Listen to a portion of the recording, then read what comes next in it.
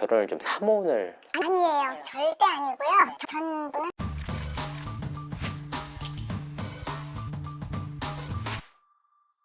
최근 김병만 씨 관련돼서 일련의 기사들이 계속 나오고 있는데 이런 부분에 대해 좀 어떤 심경을 갖고 계신지. 너무 충격적이고 정말 사실이 아닌 사실들이 너무 과장되게 너무 매도하고 하루하루가 너무 힘든 상황입니다. 어떤 부분이 가장 주장하는 그 생명보험이나 30억 하향 요소리나 뭐 법행이 뭐 기각됐다 모든 것이 진실이 없어요.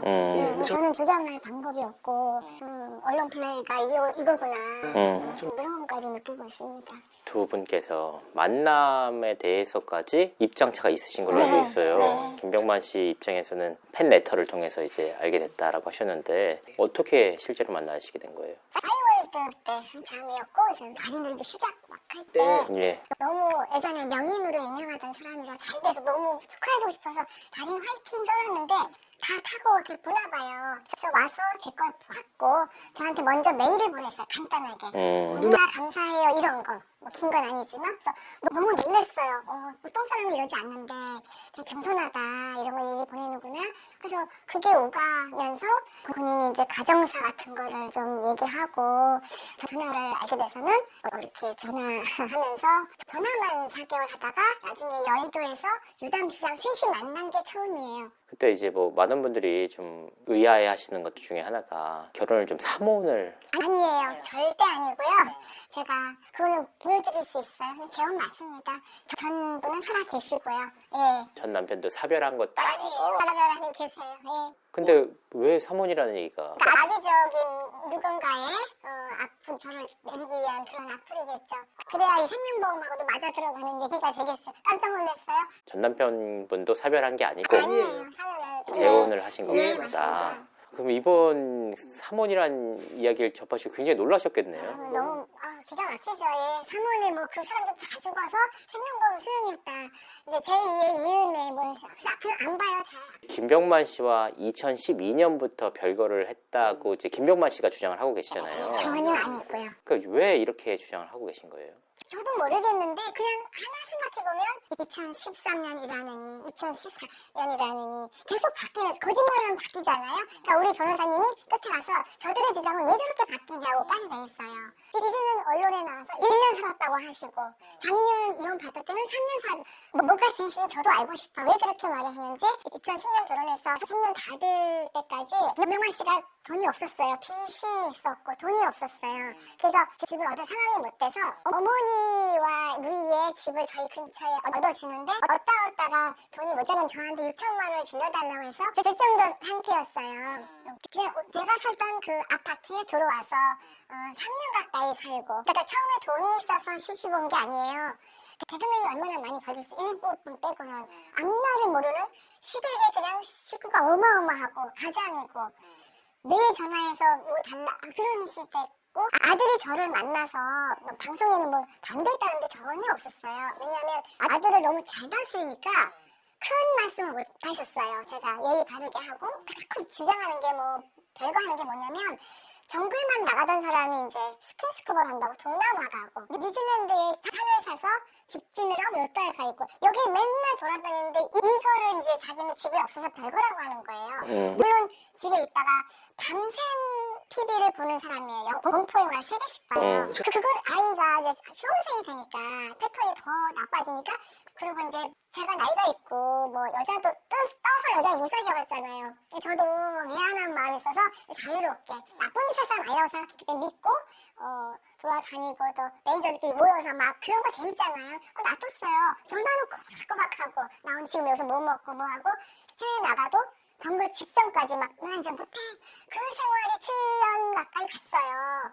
근데 어느 순간 집에 오면 눈을 못 맞추고 집에 올 수도 있는 점 안 오고 지방으로 바로 가고 이런 게 좀 이상하다는 했는데 그 연락을 너무 잘하고 뭐 올 수 있으면 오고 그래서 특별한 걸 원해 성향이 돌아다니고 한시도 가만히 못 있는 사람이라 그걸 전 특별한 생각을 안 했어요. 그냥 바빠서 그랬겠거니 이렇게요. 그러다가 이제 2010년에 사고가 났잖아요. 다이빙. 네, 그 한국에 병원 3군데 옮겼고 제가 간병을 다 했고요.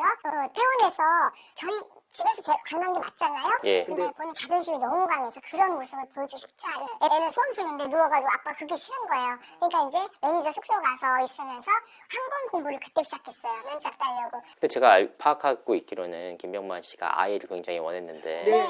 전처분께서 아이를 원치 않으셔가지고 아니에요. 그 후배들도 놀라는 게 저는 이상하게 생각했던 거예요. 여태까지 제가 그 이혼 소송 왔을 때도 전화를 막 소속사 분들한테 하면 돈 다 가져가셨다면서요. 애 낳으려고 병원 한 번도 안 갔어. 이게 다 들려와요. 무슨 소리냐고. 뭐 나이가 됐을 때 7년치 그 있어요. 제가 차병원 무슨 병원에 7년치가 있어요. 더 열심히 왜냐면 이 애가 있어야 살잖아요. 저렇게 오라는데 병원 씨 특성이 그랬어요. 본인 눈으로 보지 않은 거는 모르고 아닌 거예요. 그러니까 결과로 보여주려고 묵묵히 했는데 안 말하고 안 보면 아닌 걸로만 생각하는 거죠. 뭐 원치 않았고 아이를 위해서 몸 피임을 하고 기동을 했어요. 제가 진짜요 하면서 아니에요? 막 이러시는 거예요. 그러니까 저는 이상한 사람 그런 거죠.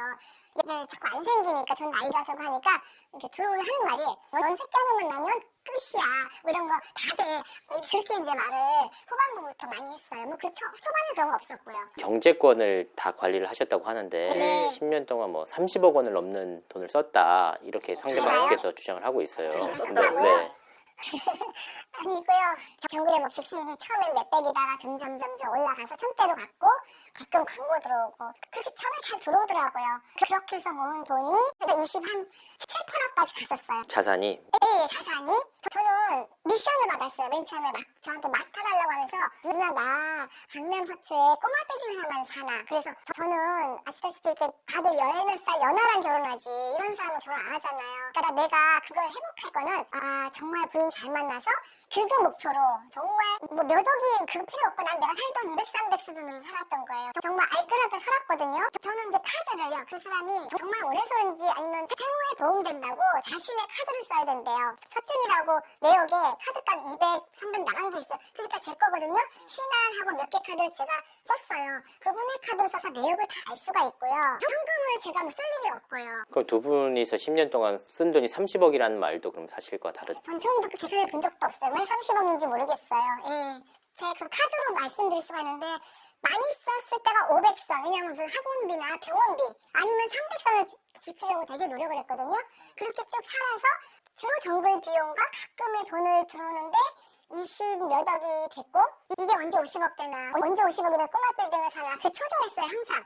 20 몇 억이 됐다고 말씀하신 시점이 2019. 2019년 그쯤에요. 그런데 보은 씨가 1, 2년 뒤 일이 없으니까 이제 펀해가는 거죠. 본인 이만한 게 있으면서 그게 다라고 하면서 이걸 펀해가서 23, 4억 줄어버려요. 6천만 원짜리 카메라 산다. 그걸 매니저들이 많이 말려줬어요. 뭘 산다. 그 와중에 뭐 차 바꾼다. 그렇게 펀해가니까 줄더라고요. 그리고 한 달에 건보료만 360이거든요.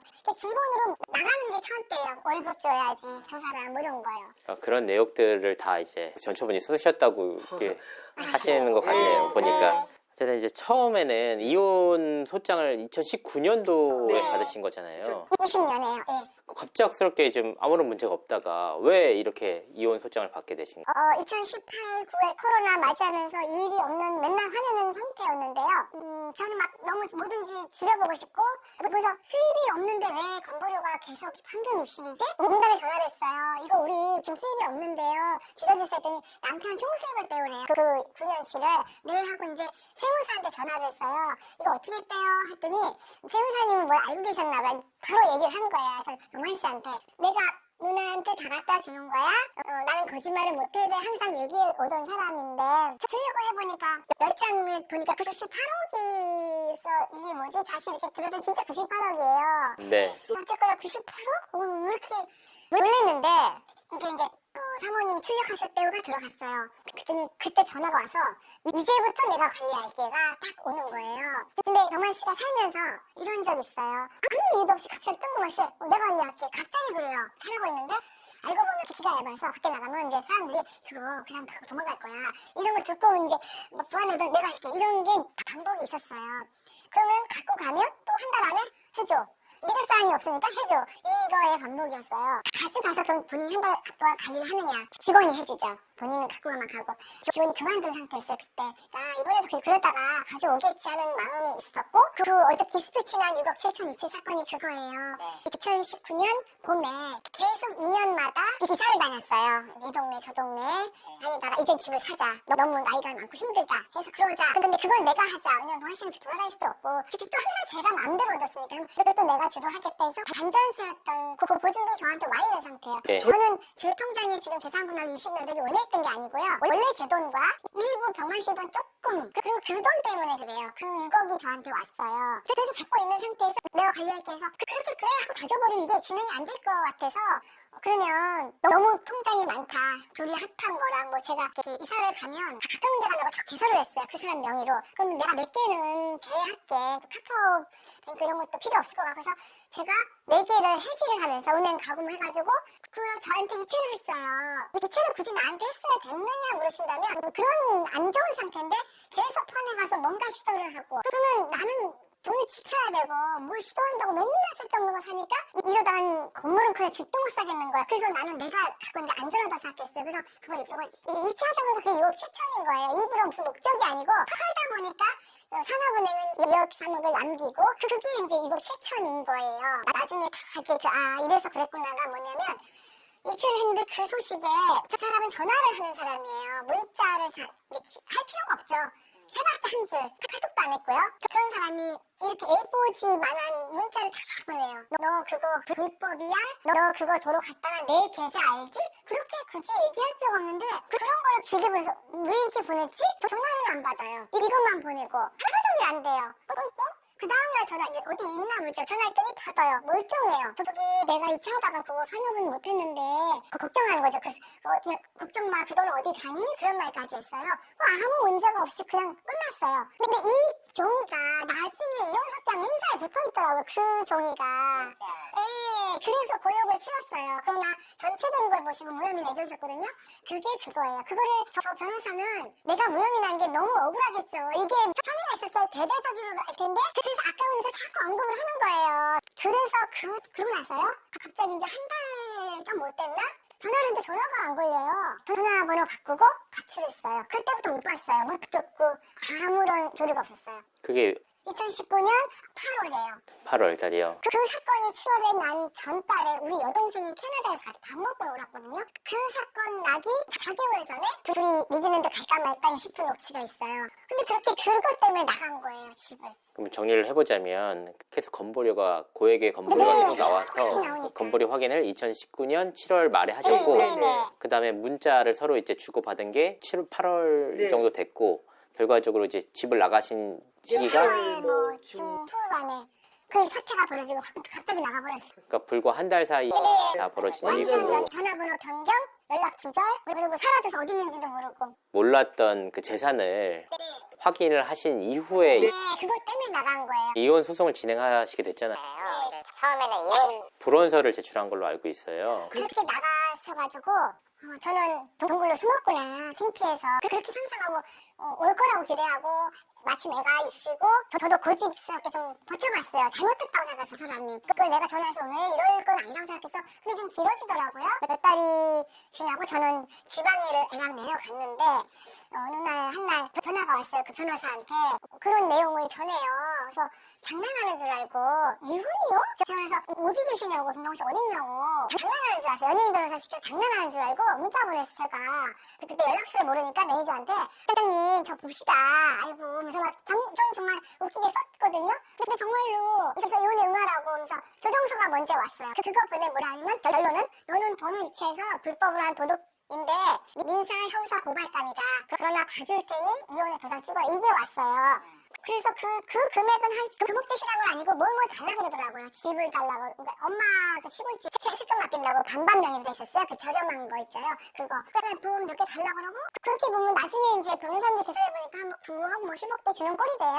근데 저는 그게 관심이 내가 왜 도둑이야? 이러면서 계속 찾은 거죠 사람을. 근데 그때 그런 반응들을 보이시고 안 알려주시고 한 번도 날 생각을 했죠. 절대 이거는 그렇게 끝낼 일이 아니다. 그래서 단소 저는 이혼 안 하겠다고 사람 나오라고 얼굴 좀 보고 얘기 좀 하자고 왜 내가 이렇게 도둑이고 왜 이혼을 당해야 되는지 말을 해달라는데 숨기만 하고 변호사만 내세우고 주변 사람들만 연락하고 그래서 제가 나는 그럼 소송을 난 법이 정말 공정하게 뭐든지 해줄 줄 알고 누명 벗으려고 한 거예요. 도둑이 아니라는 누명 그것 때문에도 했고 거부를 했죠. 한 그게 반년 좀 넘었던 것 같아요. 거부하다 너무 공격이 심해가지고 파양 소장을 A는 좀 파양할까요가 아니라 바로 왔어요.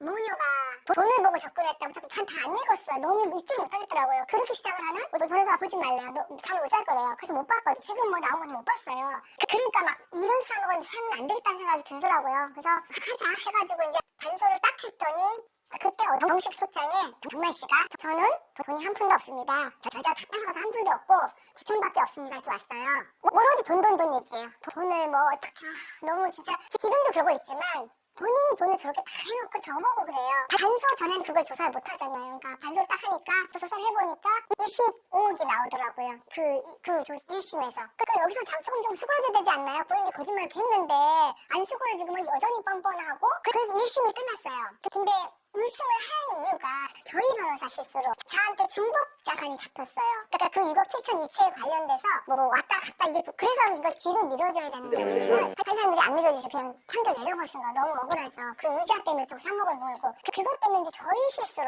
정정해 주세요 하는 게 2심이었어요.